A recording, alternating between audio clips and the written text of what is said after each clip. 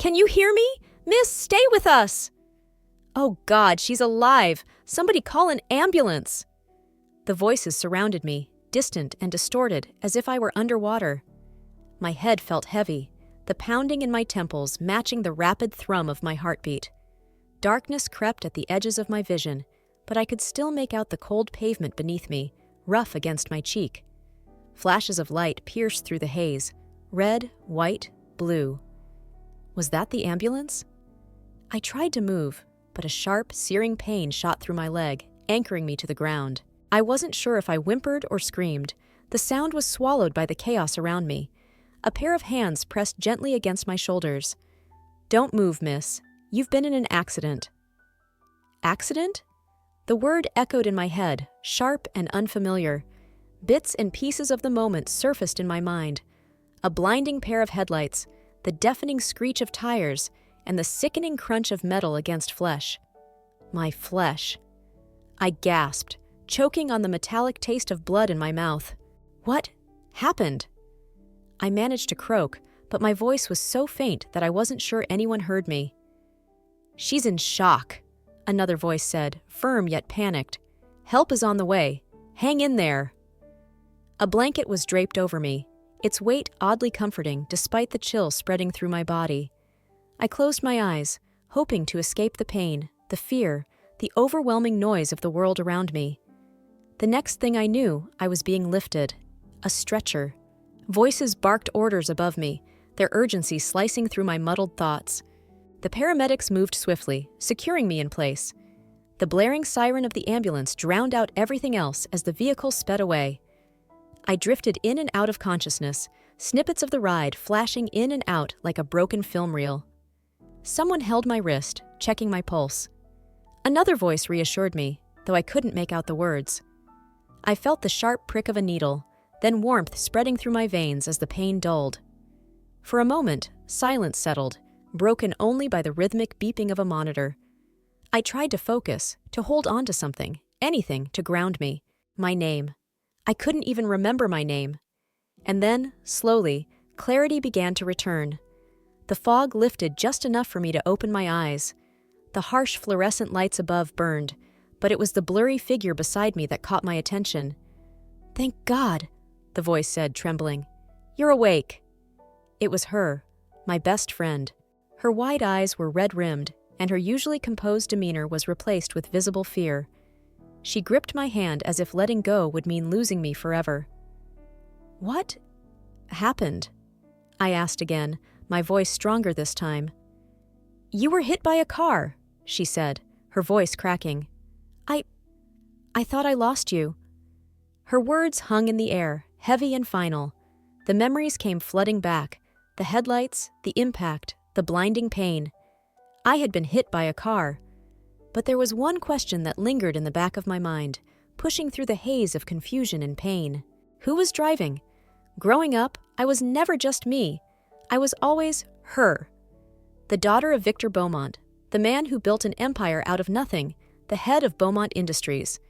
People would whisper my name, not because of anything I had accomplished, but because of the legacy attached to me. Being a Beaumont meant being perfect, polished, poised, and perpetually prepared for the world's expectations. I didn't resent it, not at first. As a child, it felt magical, like being royalty. Expensive dresses, private schools, exclusive vacations. It was a dream. But as I got older, I started to notice the strings attached.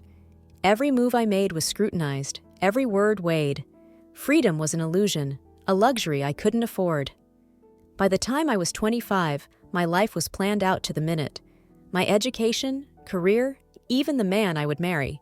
It was all part of a carefully curated blueprint. That's how I found myself standing in a room full of strangers, wearing a designer wedding dress, staring into the eyes of a man I barely knew. His name was Ethan Langston, the heir to Langston Enterprises, a rival to my family's company. Our marriage wasn't a union of love, but a merger, a strategic move to solidify power and wealth between two corporate dynasties. My parents were ecstatic. They called it a perfect match. And in many ways, it was. Ethan was everything they could have hoped for: handsome, intelligent, and endlessly charming. He was the kind of man who could walk into a room and command it with a single smile. He wasn't cruel or unkind. In fact, he treated me with respect, even kindness. Our relationship was amicable. There was no passion, no grand romance, but there was comfort in the routine we built together. We were partners, allies navigating the high-stakes world we were born into. I didn't love him, and he didn't love me, but we made it work. The truth is, I wasn't unhappy. My life was stable, predictable, and safe, everything my parents had promised it would be. I had a husband who cared about my well-being, a sprawling estate to call home, and a seat at the table in one of the most powerful companies in the world. On paper, I had everything anyone could ever want, but deep down, I couldn't shake the feeling that something was missing. I would lie awake at night, staring at the ceiling, wondering what it would be like to live a life free from obligation, to choose my own path, to love someone deeply, recklessly, without the constraints of duty or expectation. Ethan must have sensed it too. "You know," he said one night over dinner, his tone light but his eyes serious, "we're more like business partners than a married couple." I paused, my fork halfway to my mouth. "Is that a bad thing?" He shrugged, offering a small smile. "Not necessarily, but it's not exactly fulfilling, is it?" I didn't know how to respond. He wasn't wrong. Ethan and I shared a strange understanding. Neither of us had chosen this life, but we were determined to make the best of it. There was a quiet camaraderie in our shared resignation. Still, there were moments when I wished for something more. I would see couples on the street, laughing and holding hands, and feel a pang of envy. I wanted that kind of connection, that kind of freedom. But those were childish dreams, fantasies that had no place in the world I lived in. Instead, I focused on my role as Ethan's wife and my responsibilities within Beaumont Industries. I attended board meetings, hosted charity galas, and played the part of the dutiful spouse. My days were filled with schedules and obligations, leaving little time to dwell on what I might be missing. But even in the midst of all that, there were cracks in the facade, small moments when the weight of it all felt unbearable. Like the time I overheard my father discussing our marriage as if it were a transaction, a deal to be brokered, or the way Ethan would retreat into his work, his eyes growing distant as he drowned himself in spreadsheets and contracts. We were both trapped in our roles, bound by expectations we hadn't chosen. And yet, there was a strange kind of comfort in that shared confinement. If you had asked me then, I would have told you I was content. I had convinced myself that this was enough, that I didn't need passion or love to be happy. But looking back now, I realize I was just lying to myself. I didn't know it yet, but my world was about to change in ways I couldn't have imagined. The accident, the car, and him, they were the spark that would set my carefully constructed life ablaze. As I lay in the hospital bed, the steady beep of the monitor was the only thing grounding me to reality. My body ached, bruises blooming across my skin like a cruel masterpiece. But it was nothing compared to the storm raging in my mind. The accident. It played over and over in my head like a broken record. The flash of headlights, the screech of tires, the impact that stole my breath. And then the question I couldn't escape. Was it really an accident? At first, the thought seemed absurd. Why would anyone want to hurt me? But the more I dwelled on it, the more the pieces began to shift, rearranging themselves into a pattern I couldn't ignore.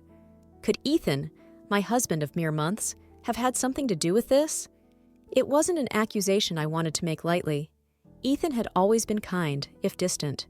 We weren't in love, but we shared a mutual respect, a partnership that worked because neither of us expected more from the other. Or at least, that's what I thought. But what if I was wrong? I tried to push the idea aside, telling myself it was just paranoia, a side effect of the trauma. Yet, the whispers of doubt refused to fade.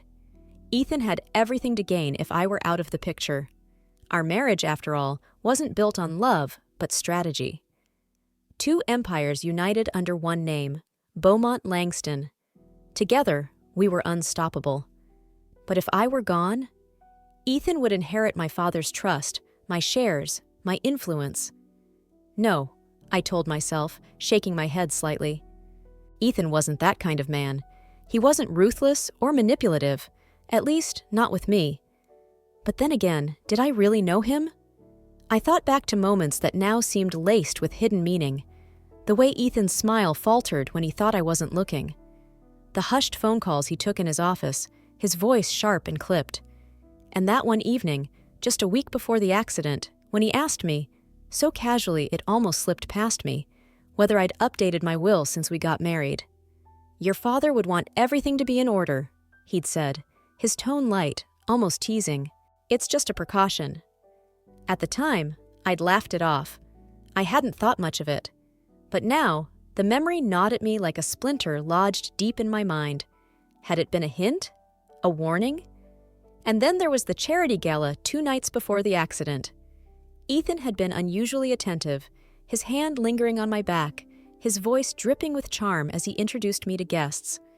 At first, I'd taken it as a sign of his growing affection, a small glimmer of hope that our marriage might evolve into something real. But now, in the sterile silence of the hospital room, I couldn't help but see it differently. Was he setting the stage, ensuring I played my part perfectly before everything fell apart? I clenched my fists, the IV needle tugging slightly at my skin. I hated myself for even entertaining these thoughts. This was Ethan, the man I'd shared my life with, however imperfectly. He wasn't a monster, he couldn't be. And yet, the doubts persisted. I thought about the power struggles I'd seen growing up, the lengths people would go to protect their empires.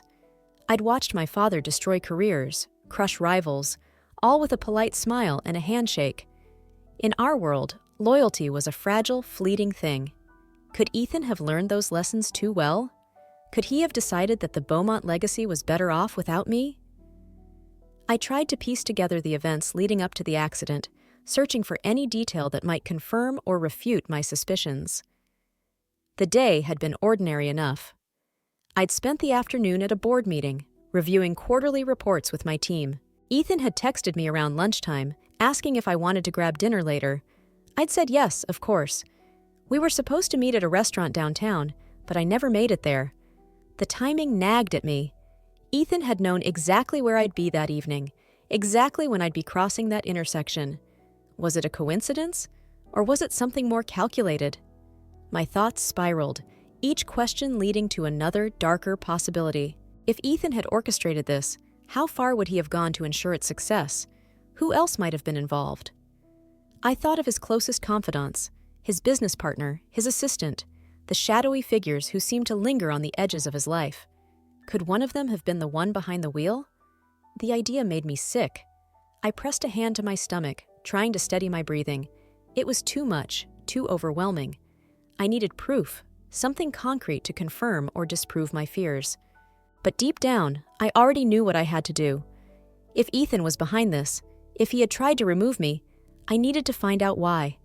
I needed to confront him, to look him in the eye and see if the man I thought I knew was still there. For now, though, I was trapped in this bed, my body too broken to act. All I could do was wait, watch, and hope that the truth wouldn't destroy me completely. The days in the hospital felt endless, each one blurring into the next as I lay trapped between my aching body and the relentless swirl of my thoughts. The accident haunted me, not just in the pain I felt, but in the questions it raised. The idea that someone might have planned this gnawed at me like a splinter buried deep beneath the skin. I tried to focus on recovery, but the doubts were relentless. Ethan visited often, sitting at my bedside with an air of concern that felt too perfect, too polished. He held my hand, brought me flowers, whispered reassurances, but something about him felt off. Or maybe it was me. Maybe I was letting paranoia get the best of me. That particular afternoon felt no different from any other, until the door to my room opened. I glanced up, expecting my doctor or a nurse, but instead, a man I didn't recognize stepped inside. He was tall and well-dressed, with sharp features that hinted at familiarity, but remained just out of reach. His eyes scanned the room before settling on me, and for a moment, neither of us spoke. "Can I help you?" I asked, my voice cautious. He didn't answer right away, instead closing the door behind him with a deliberate slowness. Something about his silence made the air in the room feel heavier. Then he finally spoke, his voice low and deliberate. "I'm the one who hit you with my car." The words hung in the air like a thunderclap. I stared at him, struggling to process what he'd just said. What? I was driving the car that hit you, he repeated, stepping closer. The heart monitor beside me betrayed my mounting panic, the beeping growing faster as I tried to make sense of the situation. Why are you here? I demanded. He paused, his expression unreadable, and then said, Because you deserve to know the truth. The truth? My voice sharpened, anger bubbling up beneath my shock. The truth about what? That you almost killed me? His jaw tightened, but his tone remained calm. That it wasn't an accident. The room seemed to tilt, the walls closing in around me. What do you mean? Not an accident? He sighed, running a hand through his hair as if trying to steady himself. It was planned. I was following orders. The air left my lungs. Orders? Whose orders? He hesitated, and for a moment I thought he wouldn't answer. Then, finally, he said, Your husband's? The words hit me like another car, slamming into me with a force that knocked the breath from my chest. Ethan? I whispered, my voice barely audible. Yes, he said. Ethan planned it. I shook my head, refusing to believe it. No, you're lying. Ethan would never, wouldn't he? The man interrupted, his voice calm but laced with something I couldn't quite place.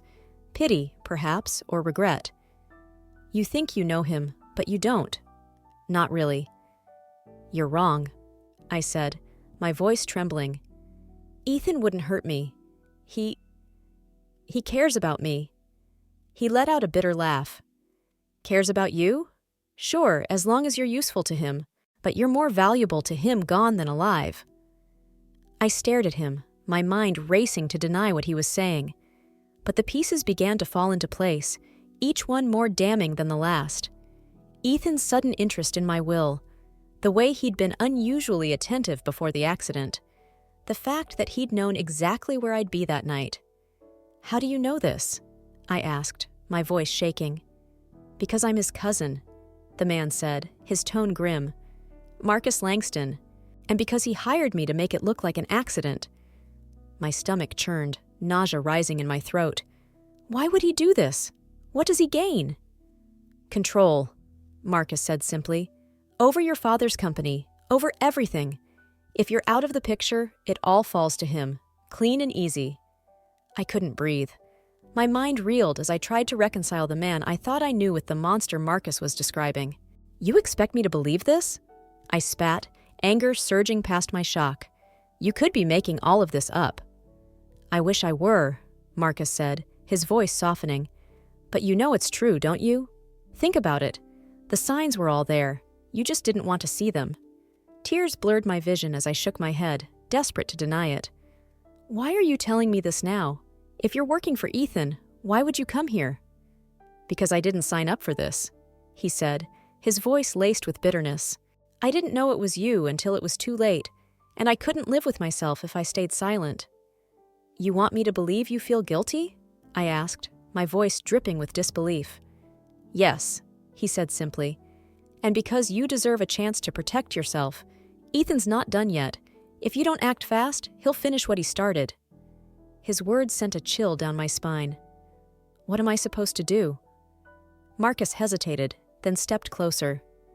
Be smart, be careful, and don't trust him, not anymore. With that, he turned and walked out, leaving me alone with the devastating truth. I sat there, staring at the closed door, my heart pounding and my mind racing. Ethan, the man I had trusted, the man I had called my husband, had planned to destroy me. And now, I had to decide what to do about it. At first, Marcus's visits irritated me to no end.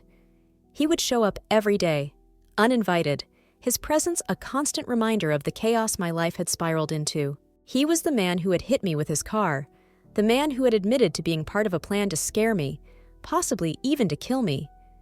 Every time he walked through that door, it felt like my wounds were being reopened. Why are you here again? I snapped one afternoon, glaring at him as he strolled into the room with yet another book in his hand. To check on you, he replied casually, placing the book on my bedside table. And to make sure you're not driving the nurses insane. His tone was light, teasing, but I wasn't in the mood for jokes. I don't need your pity, or your company. Marcus didn't take the bait. He simply sat down in the chair by my bed, crossing his legs as if he had all the time in the world. It's not pity, he said after a moment. It's guilt, and maybe something else. Call it responsibility. I scoffed, turning my head away from him. You've done your part. You can go now. But he didn't go. Day after day, Marcus kept coming back. Sometimes he brought flowers or snacks, other times books or magazines to distract me from the monotony of my hospital room. At first, I refused to touch them out of spite, but eventually, I caved. The boredom won out, and I found myself flipping through the pages of the books he brought, reluctantly admitting to myself that they weren't bad choices. His visits were always the same, calm, steady, and persistent. He'd sit in that same chair, making polite conversation while I either ignored him or snapped at him.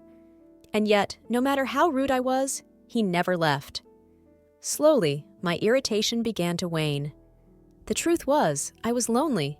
Ethan hadn't visited once since the accident. At first, I made excuses for him.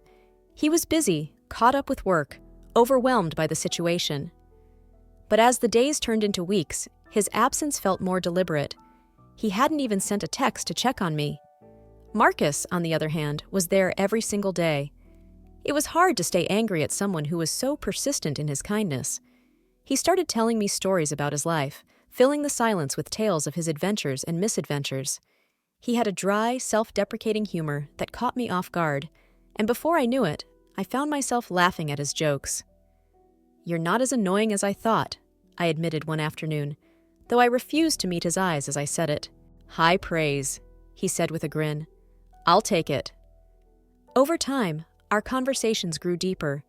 He told me about his strained relationship with the Langston family, about how he'd always felt like an outsider among them. "I wasn't like Ethan or his father," he said one evening, his voice soft. "I didn't want to play their games, but when you grow up in that world, it's hard to escape." I understood that feeling all too well. My own life had been dictated by expectations, every decision carefully orchestrated by my parents. Marcus and I weren't so different, I realized. We were both products of the same ruthless environment, though we'd each handled it in our own way. Marcus was surprisingly open about his regrets, about the mistakes he'd made and the lines he'd crossed. "What I did to you," he said one day, his eyes heavy with guilt. "I'll never forgive myself for that, but I want to make it right. Somehow." I wanted to stay angry, to hold on to the resentment I'd felt since the moment he walked into my hospital room. But it was getting harder to see him as the villain. Ethan's absence only made the contrast starker. Marcus showed up every day, while my husband, the man who was supposed to love and care for me, had disappeared entirely. It was like he'd vanished from my life, leaving behind a gaping void that Marcus, unintentionally or not, was starting to fill. One afternoon, as Marcus sat by my bedside telling me about a disastrous trip to Italy he'd taken years ago, I found myself smiling, genuinely smiling, for the first time in weeks. "You know," I said, interrupting his story, "you're not who I thought you were." He raised an eyebrow. "Is that a compliment or an insult?" I hesitated, then smiled again. "A compliment. Don't let it go to your head." He laughed, and for a moment, the weight of everything that had happened seemed to lift. I realized then that I had started to look forward to his visits. They were the highlight of my otherwise dull and painful days, a small spark of light in the darkness. I wasn't sure what that meant or where it would lead, but for now, I was grateful for the company, for Marcus's company, and the way he made me feel like I wasn't completely alone. The courtroom was nothing like I had imagined.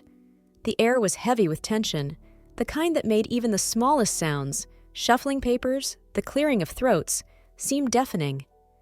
I sat at the plaintiff's table, my hands clasped tightly together, my heart pounding as the judge entered the room. This was it, the culmination of weeks of planning, evidence gathering, and emotional turmoil. I glanced to my left, where Marcus sat beside me. His presence was steadying, his quiet support a lifeline in the chaos. Over the past few weeks, he had been my rock, standing by me through every twist and turn. He'd even been the one to push me to seek justice when my resolve wavered, reminding me that Ethan couldn't be allowed to walk away unscathed. Across the courtroom, Ethan sat at the defense table, his expression unreadable. He looked as composed as ever, his tailored suit and carefully maintained demeanor a stark contrast to the man I now knew him to be. But there was a tightness in his jaw, a flicker of unease in his eyes that betrayed the cracks in his facade. The case against him was solid. After Marcus confessed to his involvement in the accident, we had worked tirelessly to gather evidence. Emails, financial records, and even phone transcripts painted a damning picture of Ethan's intentions. He had meticulously planned every step, orchestrating the accident in an attempt to seize control of my shares and my family's company. But the most powerful weapon in our arsenal was Marcus himself. He had chosen to testify against Ethan despite the personal risk it posed. It wasn't an easy decision for him, turning against family never is, but he had done it without hesitation. "He needs to pay for what he did," Marcus had said firmly, his voice resolute. "To you, to everyone he's hurt." When Marcus took the stand, the courtroom fell silent. He spoke calmly and clearly, recounting every detail of Ethan's plan, from the initial discussions to the moment he'd been ordered to carry out the accident. "I didn't know how far Ethan was willing to go," Marcus admitted, his voice steady but filled with regret. "When I realized what I'd done, what he had made me do, I knew I couldn't stay silent. That's why I'm here today." His testimony was devastating for Ethan's defense. The jury hung on every word, their expressions a mix of shock and disgust as Marcus laid bare the lengths Ethan had gone to in his pursuit of power. Ethan's lawyers tried to discredit him, of course, painting Marcus as a disgruntled cousin seeking revenge. But Marcus held his ground, his sincerity shining through every accusation. By the time he stepped down from the stand, there wasn't a shred of doubt in anyone's mind about who Ethan really was. The trial stretched on for weeks, a painstaking process that tested my patience and resolve. There were moments when I wanted to walk away, to leave it all behind and start fresh somewhere far from the life I had built with Ethan. But every time I felt myself faltering, Marcus was there, reminding me why I had started this fight in the first place. "You're stronger than he ever gave you credit for," he told me one night as we prepared for another day in court. "Don't let him take that away from you." Those words stayed with me, carrying me through the final days of the trial. When the verdict finally came, the courtroom was packed.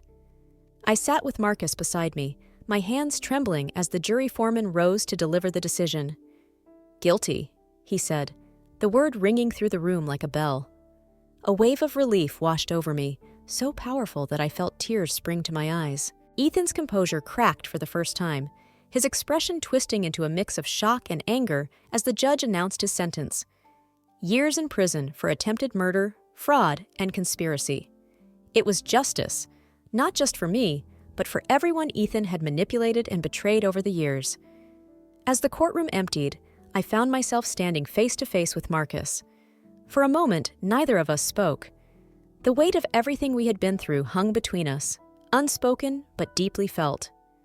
"Thank you," I said finally, my voice breaking slightly. "For everything. For standing by me. For telling the truth. For being here." He gave me a small, tired smile. "I owed you that much. And more." I shook my head, a tear slipping down my cheek. "You didn't owe me anything. You chose to do the right thing. That means more than I can ever say." Marcus reached out, hesitating for just a moment before gently brushing the tear from my cheek. "You didn't deserve what happened to you. But if nothing else, I'm glad you know the truth now, and that you're free from him." I nodded, the weight of Ethan's betrayal finally lifting from my shoulders. For the first time in months, I felt a glimmer of hope, a sense that maybe, just maybe, I could start to rebuild my life. As Marcus walked me out of the courthouse, I realized something else. I wasn't alone. I had lost so much, but in the process, I had gained something unexpected. The man who had once been part of Ethan's plan to destroy me had become the person I trusted most.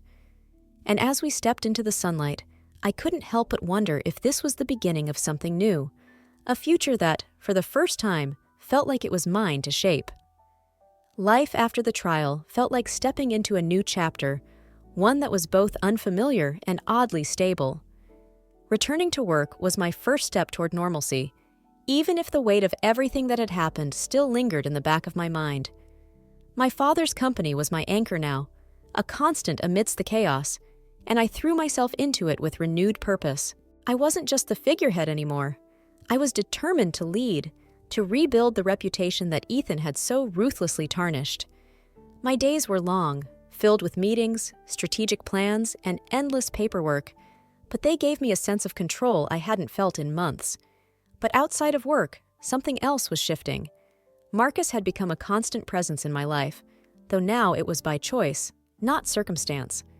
He was nothing like Ethan, and the more time I spent with him, the more I realized just how deeply I had underestimated him when we first met. At first, his invitations had been casual: coffee after a meeting, a walk through the park on a quiet afternoon. But as the weeks passed, his intentions became clear. He wasn't just offering friendship, he wanted more. And to my surprise, so did I. It happened gradually, almost imperceptibly. A lingering glance here, a shared laugh there. The tension between us was subtle but undeniable, growing with every conversation, every stolen moment. Marcus had become my safe haven, someone I could trust completely in a world that had betrayed me so thoroughly. One evening, as we sat on the balcony of my apartment overlooking the city, he finally said it. "You mean more to me than I ever thought anyone could," Marcus admitted, his voice soft but steady. "I don't want to just be here for you. I want to be with you." The vulnerability in his eyes took my breath away. I had spent so long building walls, guarding myself against the pain of betrayal, that I hadn't realized how much I wanted to let someone in. "I feel the same," I confessed, my voice barely above a whisper. "You've been my strength through all of this. I don't know how I would have gotten through it without you." The kiss that followed was soft, tentative, but it carried a promise that we would face whatever came next together. But, of course, peace in my life never seemed to last long. It happened on a quiet evening, weeks later. I had stayed late at the office, tying up loose ends from a new merger. The streets were dark and empty as I stepped outside, my heels clicking against the pavement. I didn't notice the man following me until it was too late. A hand clamped over my mouth, and I was dragged into an alley, my heart pounding in terror. The man's grip was rough, his voice low and threatening as he warned me not to scream. I struggled, panic flooding my senses. This couldn't be random. It felt too targeted, too calculated. And then it hit me. Ethan. He may have been in prison, but his reach clearly extended beyond those walls. He wasn't done with me yet. Just as despair began to take hold, a familiar voice shattered the silence. "Let her go!" It was Marcus. He appeared out of nowhere, his face a mix of fury and determination as he lunged at the man holding me. The next moments were a blur of movement and chaos. Marcus fought like a man possessed, his every move fueled by a need to protect me. I stumbled back, watching in shock as he overpowered the attacker, pinning him to the ground until the police arrived. When it was over, Marcus turned to me, his eyes searching mine. "Are you okay?" he asked, his voice trembling with concern. I nodded, though my legs felt like jelly. How did you know?" "I've been worried," he admitted, running a hand through his hair. "After everything with Ethan, I had a feeling something might happen. I didn't want to leave you alone tonight." Tears welled up in my eyes, a mix of relief and gratitude. "You saved me," I whispered. Marcus stepped closer, pulling me into his arms. "I'll always save you," he said, his voice fierce. "No one will ever hurt you again, not as long as I'm here." That night, something shifted between us. The bond we had been building, fragile but steady, solidified into something unbreakable. In the days that followed, I filed charges against the attacker, and investigations confirmed what I already knew. Ethan had orchestrated the entire thing from his prison cell, but his latest attempt to control my life had backfired spectacularly. Marcus became my protector, my partner, and my strength. Our relationship deepened in ways I hadn't thought possible, forged in the fire of everything we had endured. He showed me that love wasn't just about passion or attraction.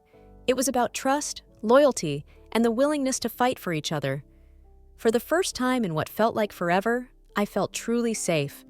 And with Marcus by my side, I knew I could face whatever challenges lay ahead. Life had a strange way of coming full circle. Just a year ago, I had been lying in a hospital bed, broken in more ways than one, with no clear path forward. Now, I stood in the boardroom of Beaumont Industries, overseeing a company that had not only survived the storm, but had thrived because of it. The months following Ethan's trial had been challenging, but with every obstacle, I found myself growing stronger, more determined to reclaim control of my life. With Marcus by my side, I was no longer the figurehead my father had once envisioned. I was a leader. The company had flourished under my direction. We modernized, restructured, and focused on innovation. New partnerships and ventures brought fresh energy to the business, and for the first time in years, Beaumont Industries felt like more than just a legacy. It felt like a part of me. But as much as I loved my work, it was the quiet moments outside of the office that truly brought me joy. Marcus had become a fixture in my life, a constant source of support and love. He understood the pressures of my world in a way few people could, but he also reminded me to step back, to breathe, to remember that life wasn't just about power and success. One evening, as we sat on the balcony of the home we now shared, the city lights stretching out before us, he reached for my hand. "You know," he said, his voice soft, "watching you take control of everything, seeing how strong you are, it's been incredible. But you don't always have to be strong, you know. Not with me." I looked at him, his words settling over me like a warm blanket. "I know," I said, squeezing his hand. "And that's why I'm still standing, because of you." He smiled, brushing a strand of hair from my face. "You were always strong. I just helped you see it." Our relationship had blossomed into something I hadn't thought was possible, a love built on trust, honesty, and an unshakable partnership. Marcus had proven time and time again that he was nothing like his cousin. He had risked everything to help me, and in the process, he had become the one person I couldn't imagine my life without. The nightmares of the past no longer haunted me. Ethan's reach had finally been severed, and with him locked away for good, I no longer lived in fear of his schemes. The attacker he had sent was serving his own sentence, and the legal battles that followed had only strengthened my position as head of the company. But it wasn't just about survival anymore. It was about living, truly living. Marcus and I traveled when we could, exploring places we had both only dreamed of. From quiet weekends in the countryside to vibrant city adventures, each trip felt like a new chapter in a story that was finally ours to write. And yet, some of my favorite moments were the simplest ones. Sharing coffee in the morning, laughing over a terrible movie, or just sitting together in comfortable silence. One evening, as I stood at the window of my office, overlooking the city skyline, I reflected on how much had changed. The woman I had been a year ago, naive, trusting, and bound by duty, was gone. In her place stood someone who had faced betrayal and come out stronger, someone who had rebuilt her life on her own terms. For the first time in a long time, I allowed myself to feel pride. Marcus walked into the office then, carrying 2 cups of coffee. "Still working?" he teased, placing 1 cup on my desk. "Just thinking," I replied, smiling as I took the cup. "About what?" I looked at him, my heart full in a way I never thought possible. About how far we've come, and how grateful I am, for you, for this, for everything. He leaned against the desk, his eyes warm as they met mine. "We make a pretty good team, don't we?" "The best," I said, reaching for his hand. As the sun dipped below the horizon, painting the sky in shades of gold and crimson, I realized something. I was happy, truly, deeply happy. The company was thriving, my life was filled with love, and the shadows of the past no longer held power over me. In the end, everything I had endured had led me to this moment. And for the first time in my life, the future felt like mine to shape. A future filled with promise, love, and the unwavering belief that no matter what came next, I could handle it. Because I wasn't just surviving anymore. I was living.